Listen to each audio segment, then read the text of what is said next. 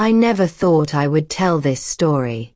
It is the kind of secret you carry inside, the kind that burns quietly, the kind that changes the way you see yourself. But tonight, I am going to tell it. It started with Daniel. He was charming, confident, and magnetic. The kind of man who made people notice him without even trying. I met him through work, and he quickly became a friend of both Liam and me. At first, it seemed harmless. He was funny, engaging, and always knew the right thing to say. But soon, something shifted. There were small things I could not ignore. The way Liam looked at Daniel when he laughed. The way Daniel's eyes lingered when he thought no one was watching. And I found myself feeling something I did not understand at first. Not jealousy, but a strange, dangerous curiosity. One evening, we had Daniel over for dinner. Liam had prepared one of our favorites. We poured wine and laughed over stories from work.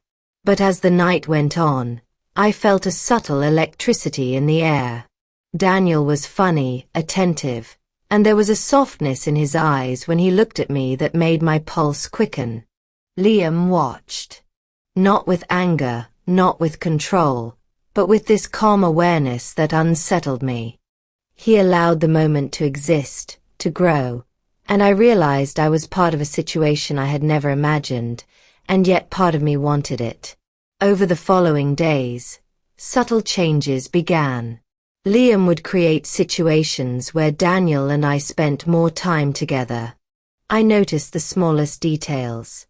The way his hand brushed mine accidentally, the way he leaned closer when I laughed, the soft touch of his fingers when he handed me a drink. Every moment was electric, charged with something forbidden, and yet guided by Liam's silent permission. One night, after Daniel came over for drinks, Liam stepped out to take a call. The house was quiet, the soft glow of the lamp casting shadows on the walls. Daniel and I sat close on the couch, our knees brushing, our hands resting near each other. My heart pounded. My breath caught in my chest. Every glance from him felt like an invitation, a question I was both terrified and eager to answer. I remember the moment clearly. His hand hovered near mine, then lightly brushed against it. My pulse raced. I felt heat rise through me, a trembling that I could not hide. His gaze locked with mine, full of hesitation, longing, and a careful respect. And I realized I did not want him to stop. When our hands finally intertwined, it was tentative at first, almost shy. But the warmth, the pressure, the connection, made my entire body come alive. I felt something I had never allowed myself to feel with anyone else in that way. Complete surrender, yet complete awareness that Liam was there, watching, guiding, allowing. The thrill of knowing this was deliberate, that nothing was forbidden without choice, made it all the more intoxicating. The first kiss was soft, cautious, a gentle meeting of lips that grew more confident with every second. His hands rested on my arms, tracing lines lightly, testing boundaries. I leaned into him, letting the sensation take over, feeling the tension between us stretch, curl, and explode silently in the air. My mind was spinning. Desire, fear, curiosity, and excitement all intertwined. I could feel Liam beside me, not jealous, not anxious, but calm, present, in control. He gave permission without a word, his gaze steady. And that made everything feel safe, even as it burned with intensity. That night, the first time we crossed the line, I realized how powerful it could be when desire is shared, controlled, and acknowledged rather than stolen. The nights that followed were heavy with anticipation. Every time Daniel visited, the tension grew. There were moments when he would laugh at something I said, his hand brushing mine by accident, and I would feel it all. The warmth, the shiver down my spine, the heat behind my eyes. Liam would sit nearby, quiet, watching, never intervening but giving permission through his presence. One evening, we were cooking dinner together, Daniel and I laughing over small mistakes, Liam quietly observing.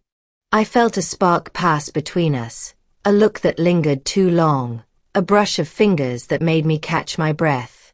It was thrilling, terrifying, and exhilarating.